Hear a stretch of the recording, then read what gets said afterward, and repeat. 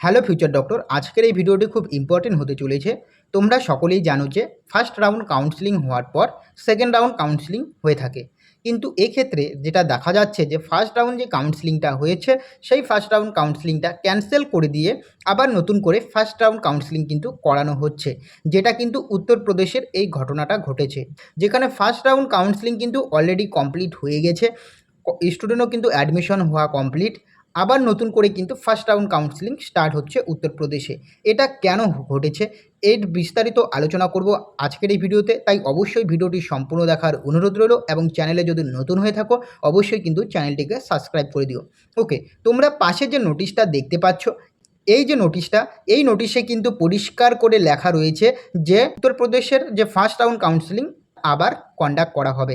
কারণ উত্তরপ্রদেশে উত্তরপ্রদেশের চারটা মেডিকেল কলেজ 2006 রিজার্ভেশন অ্যাক্ট অনুযায়ী কিন্তু অ্যাডমিশন নেয়নি, তাদের নিজের ইচ্ছে মতো নিয়েছে। সেই কারণে কিন্তু উত্তরপ্রদেশের একটি স্টুডেন্ট উত্তরপ্রদেশ যে হাইকোর্ট রয়েছে সেখানে গিয়ে কিন্তু কেস করেছে। সেই কেসের কারণে কিন্তু উত্তরপ্রদেশের হাইকোর্টের বিচারপতি অর্ডার দিয়ে দিয়েছে যে উত্তরপ্রদেশে আবার কিন্তু নতুন করে ফার্স্ট রাউন্ড কাউন্সেলিং স্টার্ট করা হবে। কারণ রিজার্ভেশন অনুযায়ী কিন্তু অ্যাডমিশন নেওয়া হয়নি এবং যে সমস্ত স্টুডেন্টরা গভর্নমেন্ট মেডিকেল কলেজে অর্থাৎ ইউপির গভর্নমেন্ট মেডিকেল কলেজে অ্যাডমিশন হয়েছে সবাইকে আবার প্রথম থেকে কিন্তু কাউন্সেলিং করতে হবে। ওকে, এখন আমি তোমাদের বলছি যে চারটা গভর্নমেন্ট মেডিকেল কলেজ ইউপির যে এরকম ঘটনা ঘটেছে, সেই চারটা গভর্নমেন্ট মেডিকেল কলেজগুলির নামগুলি হলো, এক হচ্ছে গভর্নমেন্ট মেডিকেল কলেজ আম্বেদকর নগর, 2 নম্বর হচ্ছে গভর্নমেন্ট মেডিকেল কলেজ কানুজ, 3 নম্বর গভর্নমেন্ট মেডিকেল কলেজ জালুন, 4 নম্বর হচ্ছে গভর্নমেন্ট মেডিকেল কলেজ সাহারানপুর। এই যে চারটে গভর্নমেন্ট মেডিকেল কলেজ রয়েছে তারা এই ঘটনাটা ঘটেছে যেটা 2006 রিজার্ভেশন অ্যাক্ট অনুযায়ী স্টুডেন্টকে ভর্তি করেনি। ওকে, যেখানে কিন্তু রিজার্ভেশন এসসির জন্য 62টা সিট ছিল, এসটির জন্য 5টা সিট, ওবিসির জন্য 11টা সিট এবং ওপেন ক্যাটাগরির জন্য কিন্তু 60টা সিট ছিল।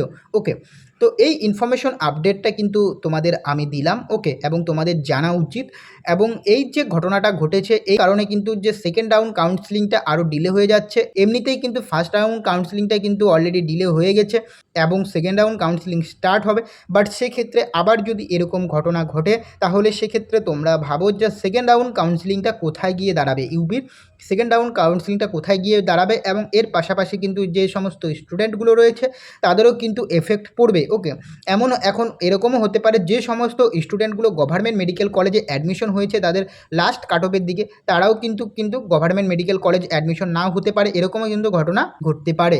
ওকে, তো এই ইনফরমেশন আপডেটটা কিন্তু তোমাদের দেওয়া ছিল এবং তোমাদের জানা উচিত। আশা করি তোমাদের ভিডিওটি ভালো লেগেছে। যদি ভিডিওটি ভালো লাগে অবশ্যই কিন্তু চ্যানেলটিকে সাবস্ক্রাইব করবে। দেখা হচ্ছে পরের ভিডিওতে। ওকে।